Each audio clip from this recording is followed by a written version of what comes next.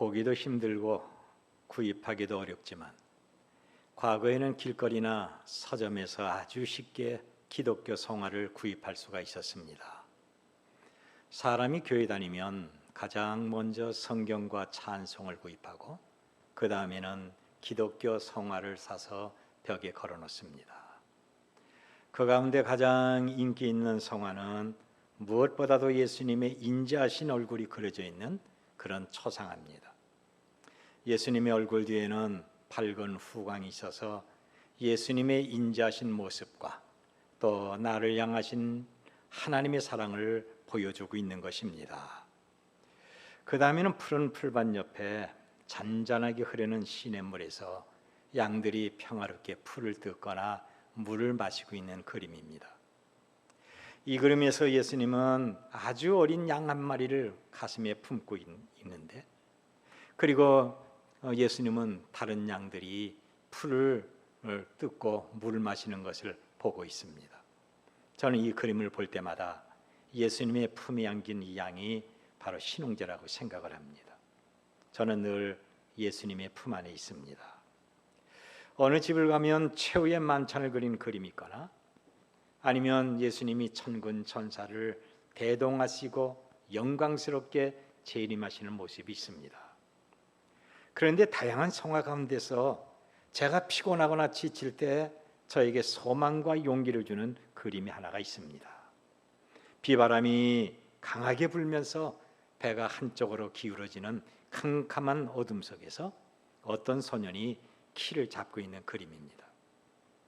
빛이 전혀 없는 캄캄한 바다에서 비바람이 강하게 풍랑으로 배는 점점 기울어지지만 키를 잡고 있는 소년의 얼굴은 두려움이 전혀 없이 평화로 가득합니다.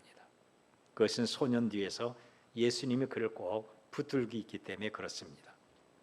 이 그림은 어느 기독교 화가가 성경을 읽다가 풍랑을 잔잔하게 하시는 예수님의 능력에서 영감을 얻은 것입니다. 아무리 험한 인생의 풍랑이 있어도 예수님이 함께 하시고 잡아주시면 우리의 삶은 든든한 것입니다. 우리가 원하지 않게 인생 풍랑을 만나서 정말 밝고 행복한 삶이 불안과 어둠으로 가득할 때가 있습니다.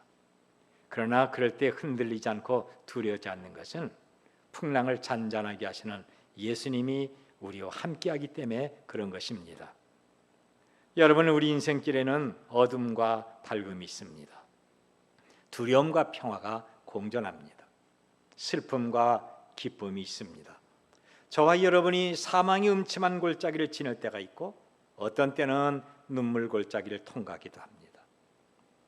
어떤 사람은 고난과 박해 또는 질병이나 가난이라는 그 가파른 언덕을 헐떡이면서 올라갈 때가 있습니다. 그런데 문제는 그런 길을 누구와 함께 하고 있느냐, 여기에 따라 우리의 삶이 달라지고 인생관이 달라집니다. 정말 내 삶이 힘들고 어둠이 깃들 때 내가 가야 될 곳이 어디며 내가 피해야 될 곳은 어디입니까? 물론 살아계신 성삼위 하나님이십니다. 1절 보면 하나님은 우리의 피난처시여 힘이시니 환난 중에 만날 큰 도움이라고 했습니다. 사람은 인심이 변하고 돈의 가치도 변하고 사회 흐름과 유행도 변하지만 우리와 함께 하시는 성삼위 하나님은 영원히 변하지 않고 우리를 지켜주십니다.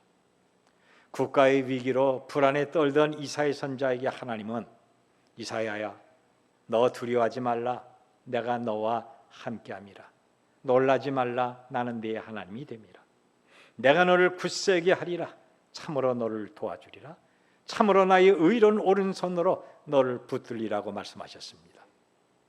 예수님은 승천하기 바로 직전에 제자들을 보시면서 볼지어다 내가 세상 끝날까지 너희와 항상 함께 있으리라고 했습니다. 여러분, 우리가 예수님과 함께 한다는 그 자체가 소망이고 능력이고 행복입니다. 우 장로님 기도하신 대로 코로나 전염으로 예배 많은 지장을 받고 마음대로 여행을 하거나 자유롭게 식당을 출입할 수가 없습니다. 세계적인 팬데믹으로 경제 활동이 위축되고 뒷골목 가게들이 상당히 어려움을 겪고 있습니다. 재정에 고통받는 우리가 소망할 것은 활동의 자유나 경제적 여유에 있는 것이 아닙니다. 전능하신 하나님, 살아계신 성삼위 하나님과 동행하면서 바로 그 하나님을 나의 피난처로 삼으셔야 됩니다. 내가 힘들고 어려울 때, 내 삶이 고달프고 온몸이 아프고 피곤할 때 하나님을 나의 피난처로 삼아 그분을 더 가까이 하도록 하십시다. 하나님을 나와 내 가정의 피난처로 삼으면 하나님의 은혜를 베풀어 주십니다. 어떤 은혜를 받습니까? 먼저는 환난 중에 큰 도움을 받습니다. 우리가 하나님을, 예수님을 믿고 이렇게 예배해도 여전히 인생의 고통은 있습니다. 저와 여러분이 예수님을 믿고 하나님을 예배한다고 해서 환난과 질병과 가난에서 해방되는 것이 아닙니다. 그렇다면 인생에 환난 당할 때 우리는 어떻게 해야 됩니까? 오늘 성경은 말하기를 하나님은 우리의 피난처시요 힘이시니 환난 중에 만날 큰 도움이라고 했습니다. 시편 기자는 자기가 환난 당할 때 전능하신 하나님을 자기의 피난처로 삼는다고 지금 선언하고 있습니다. 이것이 모든 시험과 아픔을 이기는 비결입니다. 다윗은 자기가 불안하고 힘들 때 희망과 용기를 가진 비결을 시편 20편에서 우리에게 이렇게 말합니다. 환난 날에 여호와께서 내게 응답하시고 야곱의 하나님이 너를 높이 드시며 성소에서 너를 도와주시고 시온에서 너를 붙드시며 모든 소재를 기억하시며 내 번제를 받으시길 원하노라. 인생의 힘과 능력은 환경이나 소유나 사람의 힘이 아니라 전능하신 하나님께 있습니다. 그렇다면 여러분, 환난에서 우리를 도와주시는 하나님이 어떤 분이십니까? 7절 보니까 만군의 여호와 하나님께서 우리와 함께 하시니 야곱의 하나님은 우리의 피난처시라 그랬습니다. 그리고 11절에 똑같은 말로 다시 강조하면서 자기 신앙을 이렇게 고백합니다. 만군의 여호와께서 우리와 함께 하시니 야곱의 하나님은 우리의 피난처시로다. 어제나 오늘이나 그리고 앞으로 우리를 모든 환난에서 도와주시는 야곱의 하나님이 오늘 우리의 아버지심을 믿으시길 바랍니다. 야곱이 어떤 사람입니까?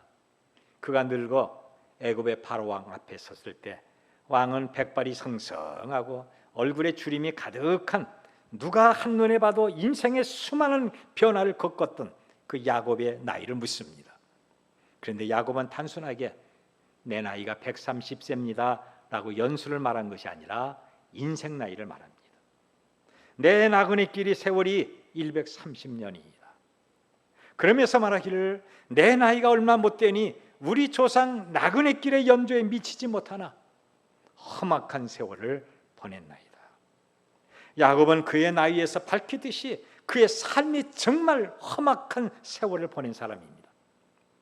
자기의 조그마한 행복과 유익을 위해서 수단과 방법을 가리지 않고 간산 잔꾀를 부렸습니다. 형이 받을 분깃을 팥죽 한 그릇으로 빼앗을 뿐만 아니라 늙어서 눈이 어두운 아버지를 속여 형이 받게 될 모든 축복을 가로챈 사기꾼입니다. 그리고 멀리 외삼촌 라반의 집으로 도피한 후에 자기의 재산을 증식하기 위해서 얄팍한 모든 방법과 수단을 다 피웠습니다. 그리고 나이가 먹음에 따라 자기 생각과 자기의 방법이 너무 헛된 것을 비로소 발견하고 하나님을 찾고 하나님을 가까이 합니다. 그가 형 에서의 복수를 피하여 하란 땅으로 도망할 때입니다. 자기를 보호하시고 축복하신 든든한 아버지를 떠나고 자기를 그렇게 사랑했던 어머니를 떠나서 이제 그는 혼자가 됐습니다. 뒤에서는 형이 복수의 칼을 잡고 쫓아올 줄 모르는 긴박한 상황에서 그는 한가하게 쉴 수가 없습니다. 힘이 있으면 뛰고 지치면 계속 걸어갑니다. 너무 심신이 피곤하고 지쳤습니다. 온몸에 두려움이 엄습했고 처음으로 걸었던 머나먼 길, 육체 피곤을 감당할 길이 없어서 들판에서 돌을 배기하고 깜빡 잠이 듭니다. 그런데 하늘문이 열리더니 하늘과 땅을 연결하는 사다리가 펼쳐지고 천사가 오르락내리락 하는 것을 보게 됩니다. 그리고 여기에서 하나님 음성을 듣습니다. 야곱아, 야곱아, 내가 너와 함께 있어. 네가 어디를 가든지 내가 너를 지키고 내가 너를 이끌어 이 땅으로 돌아오게 하겠다. 내가 네게 허락한 모든 것을 다 이루기까지 너를 떠나지 않겠다. 이때 야곱은 삶의 소망을 갖습니다. 자기처럼 허물이 많은 사람을, 가장 믿어야 될 아버지와 형을 속이고 사기치면서 도망갔던 자기지만, 그러나 하나님은 자기를 사랑하시고 함께 하신다고 하니 정말 눈물 날 정도로 감사한 겁니다. 그부터 모든 환난과 질고가 많은 삶의 고비마다 하나님의 도우심을 받고 마침내 부자가 되고 고향으로 돌아가게 됩니다. 여러분, 우리 인생은 야곱처럼 고난을 많이 겪습니다. 외로움과 경제적 어려움과 질병, 자기 힘으로 해결할 수 없는 충격적인 사건들, 가족들의 갈등과 이별, 죄에 대한 죄책감, 남을 속이거나 속임을 당해서 슬퍼하거나 불안합니다. 더구나 삶의 위로와 치료와 은혜를 받아야 할 교회에서 충돌하면서 비방을 할 때 너무 속이 상합니다. 사랑하는 내 가족들이 질병이나 경제적 고통을 당할 때 더 슬프고 마음이 무겁습니다.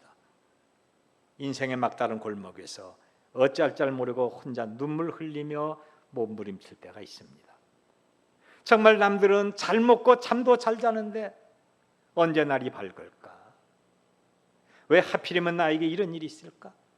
왜 하필이면 내 부모고 내 자녀인가? 한숨과 탄식의 진액을 빼면서 지루한 밤을 보낼 때가 있습니다. 누가 나의 이런 어려움을 알아줄까? 가족들을 보고, 친구를 보고, 아는 사람을 보고 있지만 아무도 자기의 문제를 해결할 수가 없습니다. 세상에 버려진 자기 혼자인 것 같습니다. 그런데 여러분, 바로 그 시간에 말없이 우리를 지키시며 도와주시는 분이 있습니다. 그분은 가장 강력한 힘을 가지신 전능하신 하나님이십니다. 나는 이 땅에서 정말 외롭고 이 땅에서 혼자인 것 같아도 우리는 혼자가 아닙니다. 우리가 예수님을 구주로 믿고 그분께 모든 걸 다 맡기고 기도하면 인생의 고비마다 하나님의 도우심이 있습니다. 어려운 일 당할 때 우리는 힘이 있고 빼기는 사람이 좀 필요합니다. 이 땅에서 아무리 노력해도 인생 문제를 해결할 수가 없을 때 사회적으로 권세 있는 사람이 전화를 합니다. 나 아무개인데 그 사람 내가 잘 알고 내가 보증할 테니까 좀 봐주시오. 그 사람 내 얼굴 좀 봐서 좀 봐주시오. 그러면 얼마나 빨리 얼마나 쉽게 해결되겠습니까? 그래서 사회생활은 어느 정도의 백도 필요합니다. 그런데 여러분, 이 땅에 살면서 가장 큰 백이 누굽니까? 최고의 권세를 가진 대통령도 임기가 있고 장관도 대통령의 말 한마디면 끝납니다. 첨예하게 대립하고 충돌하는 국회의원들도 임기가 있습니다. 그런데 임기가 없고 영원한 권세를 가지신 전능하신 하나님이 우리에게 있습니다. 야곱을 도와주셔서 부자가 되게 하시고 안전하고 평화롭게 돌아오신 하나님은 우리의 가장 강력한 피난처며 가장 든든한 백이십니다. 온 우주를 말씀으로 창조하시고 지금도 통치하시고 없는 곳에서 있기에 이적을 행하시는 하나님, 모든 병을 고치시고 죽은 자를 능히 살리셨던 전능하신 하나님이 우리의 아버지십니다. 믿으시면 아멘 합시다. 시편 116편 8절, 6절과 7절을 보니까 여호와는 내 편이시라 내가 두려워하지 아니하리로다. 사람이 내게 어찌할까? 여호와께서 내 편이 되사 나를 돕는 자 중에 계신다고 합니다. 그렇습니다. 만군의 여호와 하나님이 내 편이 돼서 모든 환난과 아픔과 어려움에서 친히 도와주십니다. 우리가 환난과 질고 많은 세상에 살고 있습니다. 그러나 뜻하지 않은 사고와 어려움을 당할 때 전능하신 하나님이 우리의 피난처와 후원자가 돼서 든든하게 도와주십니다. 우리는 항상 그분과 동행하므로 환난 때 큰 도움을 받습니다. 그리고 두 번째는 하나님이 행하시는 이적을 볼 수가 있습니다. 하나님을 나의 피난처로 삼으면 환난 때 큰 도움을 받습니다. 그리고 하나님이 나를 위하여 행하시는 이적을 경험할 수가 있습니다. 여기 8절 보니까 와서 여호와의 행적을 볼지어다. 그가 땅을 황무지로 만드셨도다 그랬습니다. 여기 나오는 행적이라는 것은 지금까지 이스라엘 백성을 위해서 베풀었던 여러 가지 이적과 다양한 능력을 말합니다. 그렇습니다. 하나님을 나의 피난처로 삼는 사람은 평범한 일상생활 가운데도 나를 역사하시는 하나님의 이적을 체험할 수가 있습니다. 여러분, 하나님이 행하시는 이적을 여러분은 믿습니까? 반드시 믿으시길 바랍니다. 우리가 가진 성경에는 참으로 많은 이적이 기록이 됐습니다. 이것은 우리의 환경과 처지에 따라 다양하게 지금도 이적을 행하신다고 하는 겁니다. 우리는 하나님이 행하시는 이적을 체험하길 원합니다. 나의 사정, 내 가족에게 임하는 고통과 아픔과 질병, 가난과 불안과 정신적인 고통에서 하나님의 도우심을 받기를 원합니다. 저는 이 시간에 하나님께서 보내신 목사로서 저와 여러분과 우리의 가족과 자녀들에게 인생의 모든 문제를 해결하시는 하나님의 이적이 임하시길 바랍니다. 그런데 우리가 바라는 이적은요, 막연하게 소망한다고 이루어지는 것이 아닙니다. 예배를 간절히 사모하는 절대적인 믿음이 있어야 됩니다. 내가 믿음도 없고 예배를 사모하지도 않고 기도하지 아니하면서 하나님의 이적을 내가 원하는 것은 자기 욕심이고 자기 착각입니다. 여러분, 신앙생활뿐 아니라 일상생활에서 자기 스스로 착각하는 것이 얼마나 부끄럽고 위험한 일인가 여러분 알고 있습니까? 우리는 내 판단과 내 착각이 아니라 하나님을 견고하게 믿는 믿음이 있어야 됩니다. 어떤 나이가 아주 많이 먹은 할머니가 시장에서 막 뛰어오면서 숨을 헐떡거리고 흥분하면서 남편을 급히 부릅니다. 여보, 여보, 여보. 할머니의 급한 목소리에 남편이 깜짝 놀라면서 아니 무슨 일이 있어? 하고 뛰어나옵니다. 아, 글쎄 나보고 어떤 남자가 처녀라고 유혹하면서 나를 자꾸만 불러. 그러면서 나보고 어디를 자꾸만 같이 가지. 이 말을 들은 할아버지가 화를 냅니다. 아니, 이 할멈이 자기 나이도 모르고 누구를 놀리려고 해. 어떻게 당신을 처녀라고 하면서 유혹을 해? 누가 당신 같은 할머니를 유혹을 해? 원 속일 것을 속여야지. 그런데 할머니는 정색을 하면서 아니야. 내가 시장을 지나가니까 뒤에서 어떤 남자가 나를 보더니 같이 가 처녀 하면서 자꾸만 나를 불러. 그래서 어떻게 했어? 너무 놀라서 뒤를 돌아보지도 못하고 그냥 이렇게 뛰어왔지. 그러자 할머니가 누가 당신 같은 할멈을 유혹해? 아니 정말이야. 그럼 한번 가볼까? 그래서 할머니와 할아버지가 시장으로 갑니다. 어디야? 당신 보고 처녀라고 한 것이. 그러자 글쎄 여기 어딘데? 그러면서 할머니가 사방을 두리번거립니다. 그러다가 할머니가 할아버지 손을 갑자기 꽉 잡고 봐봐, 들려? 어디? 아니 들리잖아. 저 사람이 아직도 나보고 같이 가재 처녀 하면서 부르잖아. 그런데 할아버지가 듣는 소리는 그것이 아닙니다. 생선을 파는 어떤 남자가 지나가는 사람에게 갈치가 1,000원 하면서 부르는 것입니다. 여러분, 마스크를 썼지만 정말 웃길 때는 웃어야 됩니다. 억지로 참으면요 치매에 걸릴 확률이 많습니다. 무슨 뜻인지 모르면 그냥 남 웃을 때 따라 웃으면 됩니다. 이것저것도 아닌 우리 권사님들 나이 먹을 때 가치가 1,000원인지 갈치가 1,000원인지 착각하게 될 것입니다. 여러분, 생선 파는 남자는요 지나가는 사람 보고 갈치가 1,000원 그러는데 이 할머니는 귀가 어두워서 자기를 부르는 줄 알아요. 가치가 1,000원. 이것이 착각입니다. 우리 신앙생활에는요 이런 착각이 없어야 됩니다. 이 정도면 됐지. 설마 나냐? 나만큼은 나는 이것이 자기 착각입니다. 정말 간절한 예배와 믿음의 확신 그리고 간절한 기도가 착각을 몰아내고 하나님이 행하시는 이적을 체험할 수가 있습니다. 믿으시길 바랍니다. 9절을 보니까 그가 땅끝까지 전쟁을 쉬게 하시며 활을 꺾고 창을 끊으며 수레를 불사르는다. 무슨 말입니까? 강력하게 무장하고 달려드는 적이라도 하나님께서 능력과 이적을 통하여 단숨에 무찌른다고 하는 겁니다. 하나님의 능력 앞에 세상의 모든 무력과 모든 무기와 모든 인간의 방법은 다 무용지물입니다. 하나님 이적은 막강한 바로의 군대를 무찌르셨습니다. 세계 2차 대전 때 파죽지세로 온 세계를 뒤흔든 그 독일과 이탈리아와 일본의 군대를 무력화시켰습니다. 이북의 공산주의자들이 6.25 전쟁을 일으켜서 부산 지역을 제외한 모든 강산이 그들의 손에 들어갔는데, 그때 하나님은 유엔군을 창설하시고 각 나라의 군사를 보내주셔서 이 나라를 위해서 싸우게 하셨습니다. 종교는 인민의 하편이다, 하나님은 죽었다 선동하며 기독교를 말살하려고 했던 소련이 그렇게 쉽게 분열될 줄 누가 알았겠습니까?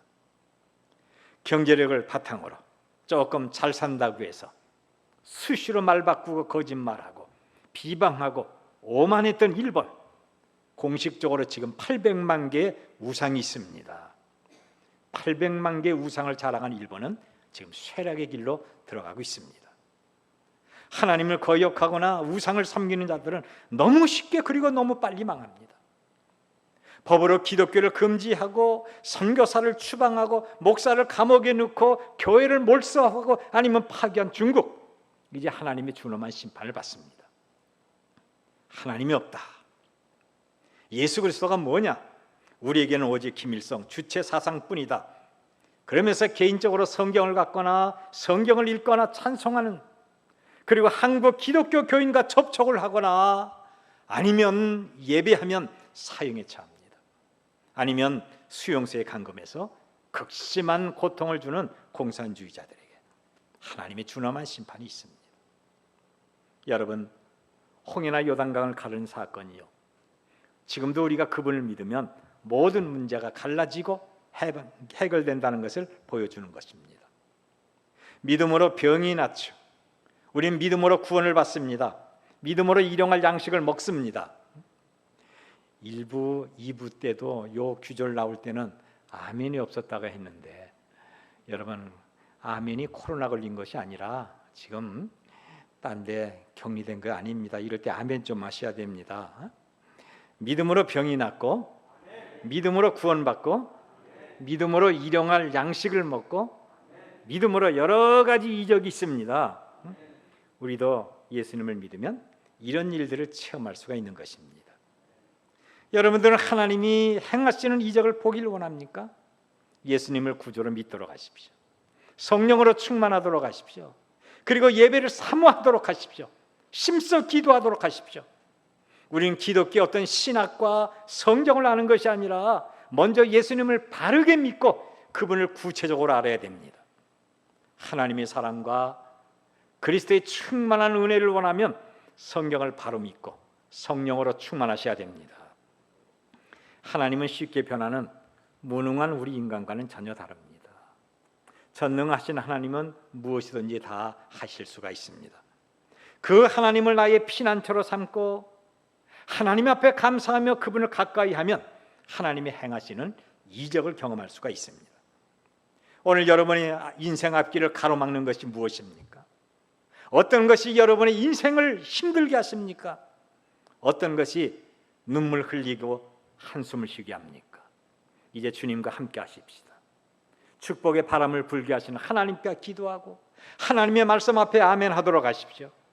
우리의 믿음이 기도로 시작하고 믿음으로 진행한다고 한다면 인생의 한계는 다 거쳐버리고 환희와 흥분으로 가득한 이적을 체험하게 될 것입니다.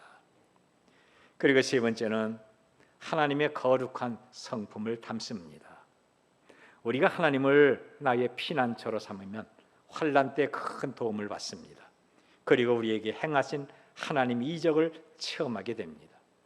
아울러 우리가 당하는 환난과 고난을 통해서 하나님의 거룩한 성품을 우리가 담게 되는 겁니다. 이것을 신학적으로 성화라고 합니다.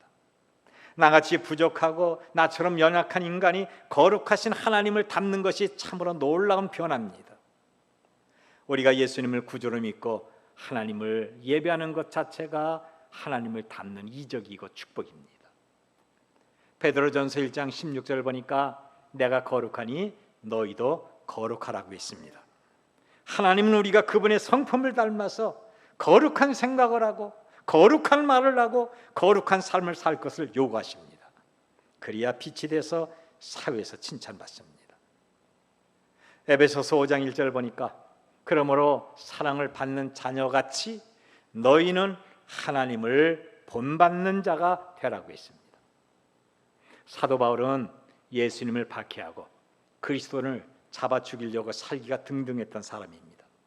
그런데 예수님이 살아계심을 알고 영접한 후에 자기의 잘못된 생각과 행동을 내버렸습니다. 그리고 우리에게 말하기를 나는 이제 예수님을 본받아 살고 있습니다. 당신들도 그분을 본받아 거룩하게 살라고 권면하고 있습니다.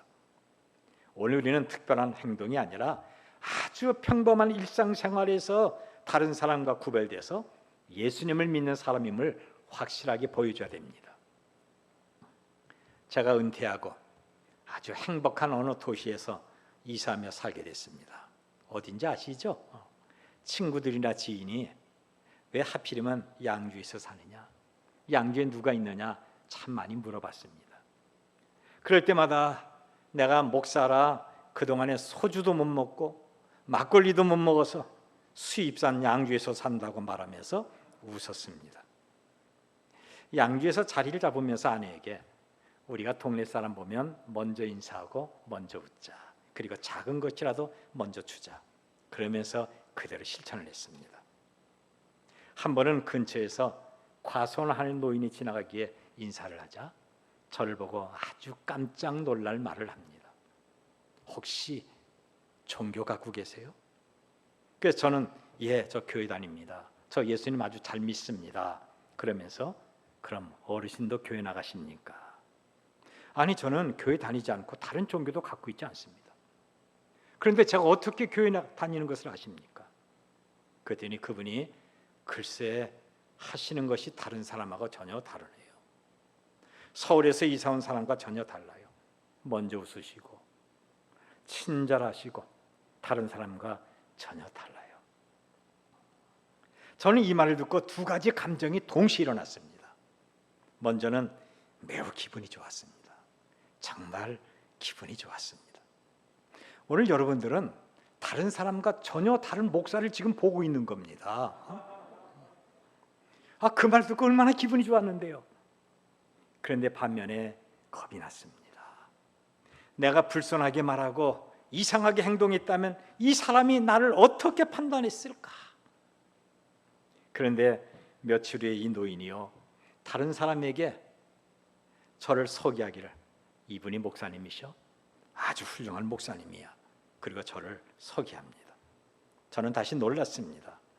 거기서 제가 목사라는 것을 한 번도 말하지 않았는데 어디서 어떻게 알았는지 목사라고 소개를 합니다.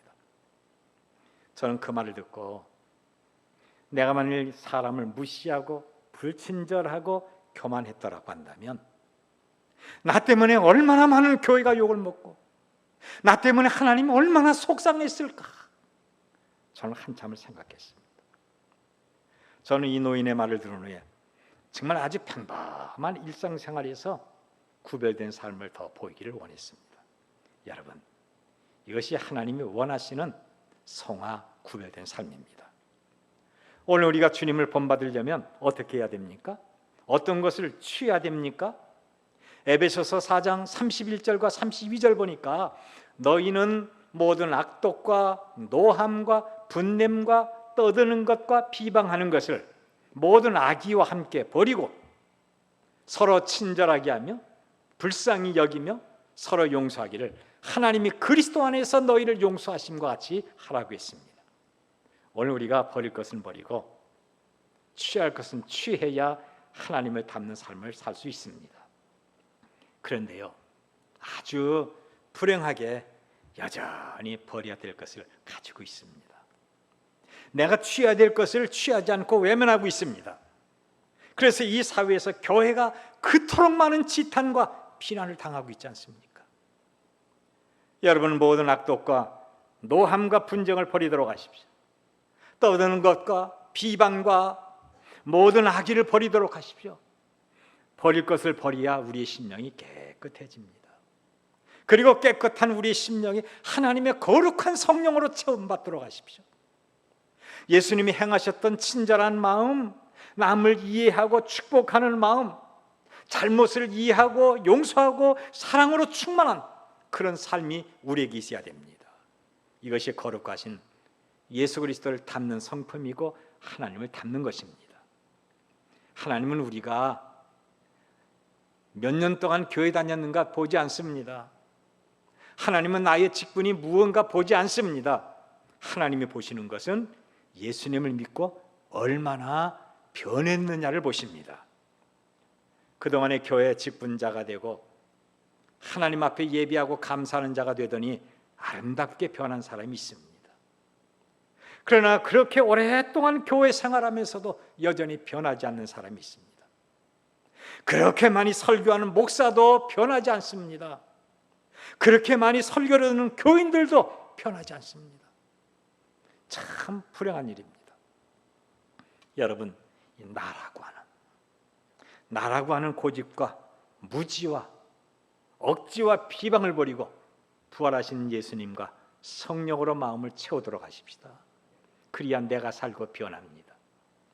교회면 모두 아주 경건한 신자 같아요. 교회에서 예배할 때 모두 성자처럼 보입니다. 이 앞에서 우목사님이나 교역자들 그리고 제가 예배하는 사람들을 볼 때, 물론 여러분은 제외입니다. 전혀 여러분 아니에요. 예배할 때 딱 예배하면서 설교하면서 볼 때 정말 다 멋쟁이고 구원받는 사람 같습니다. 교회에서 목사가 되고 집사가 되고 권사가 되고 여러 가지 직분 갖고 봉사할 때는요 다 거룩한 것 같습니다. 미소 짓고 친절하게 손 내밀고, 그러나 막상 자기의 어떤 이권과 지극히 작은 체면이 걸리면 냄새나는 더러운 늑대 인간으로 변하는 것입니다. 그럴 때 숨겨진 자기 정체가 나타납니다. 저도 목사지만요, 참 저도 하나님 앞에 무릎 많이 꿇었어요. 남들이 목사님 하니까 내가 심판받을 죄인이 아니라 정말 목사가 된 것처럼 착각합니다. 그래, 내가 목사지. 나 죄인이 아니고 난 목사야, 목사. 남들이 장로님, 권사님, 집사님 하니까 하나님 앞에 심판받을 비참한 죄인이 아니라 그저 장로고 그저 집사고 그저 권사입니다. 그래, 내가 그런 사람이지. 내가 장로고 권사고 내가 안수 집사야. 너희는 나 알아줘야 돼. 그리고 자기가 높은 자리에서 존경받는 줄 알고 바리새인처럼 행세하고 있는 것입니다. 여러분, 우리가 정말 조용히 정신을 집중시켜서 하루에 성경 5장 이상을 읽고 30분만 기도할 수가 있다고 한다면 우리의 성품과 생활이 근본적으로 변화될 수가 있습니다. 이제는 성경을 읽고 기도하도록 하십시오. 하나님의 교회는 여러분들이 설교를 듣고 성경을 공부하고 기도하다가 예수님을 만나고 변화되어야 됩니다. 우리 교회가 그런 교회가 될 줄로 믿습니다. 여러분이 종암제일교회에서 목사의 설교를 들을 때마다 더 많은 은혜를 받길 바랍니다. 더 이해심이 넘치길 바랍니다. 아멘이 또 출장 갔어. 더 많이 아껴주고 목사의 설교가 있을 때마다 허물을 덮어주고 열심히 헌신하고 기도하다가 놀라운 이적을 체험하는 이런 변화의 축복이 여러분들에게 있어지시길 바랍니다. 하나님은 항상 우리 모두와 함께 하십니다. 전능하신 하나님은 저와 여러분과 그렇게 함께 하기를 원하고 있습니다. 믿으시면 아멘 합시다. 이제 우리는 성삼위 하나님과 함께 하도록 하십시다. 내가 어디를 가든지, 내가 무엇을 하든지, 내가 누구를 만나든지 하나님과 동행하는 삶을 살도록 하십시다. 돌발적인 사고와 예기치 못한 환난과 질병 많은 세상에서 전능하신 하나님을 나와 내 가정의 피난처로 삼도록 하십시다. 그러면 환난 중에 큰 도움을 받습니다. 우리를 위해서 행하시는 하나님의 이적을 체험합니다. 우리 자신이 날마다 거룩한 하나님의 형상으로 변합니다. 하나님을 사랑하고 하나님의 사랑을 받는 신앙의 명문 가문을 만드는 우리 모두가 되시길 바랍니다.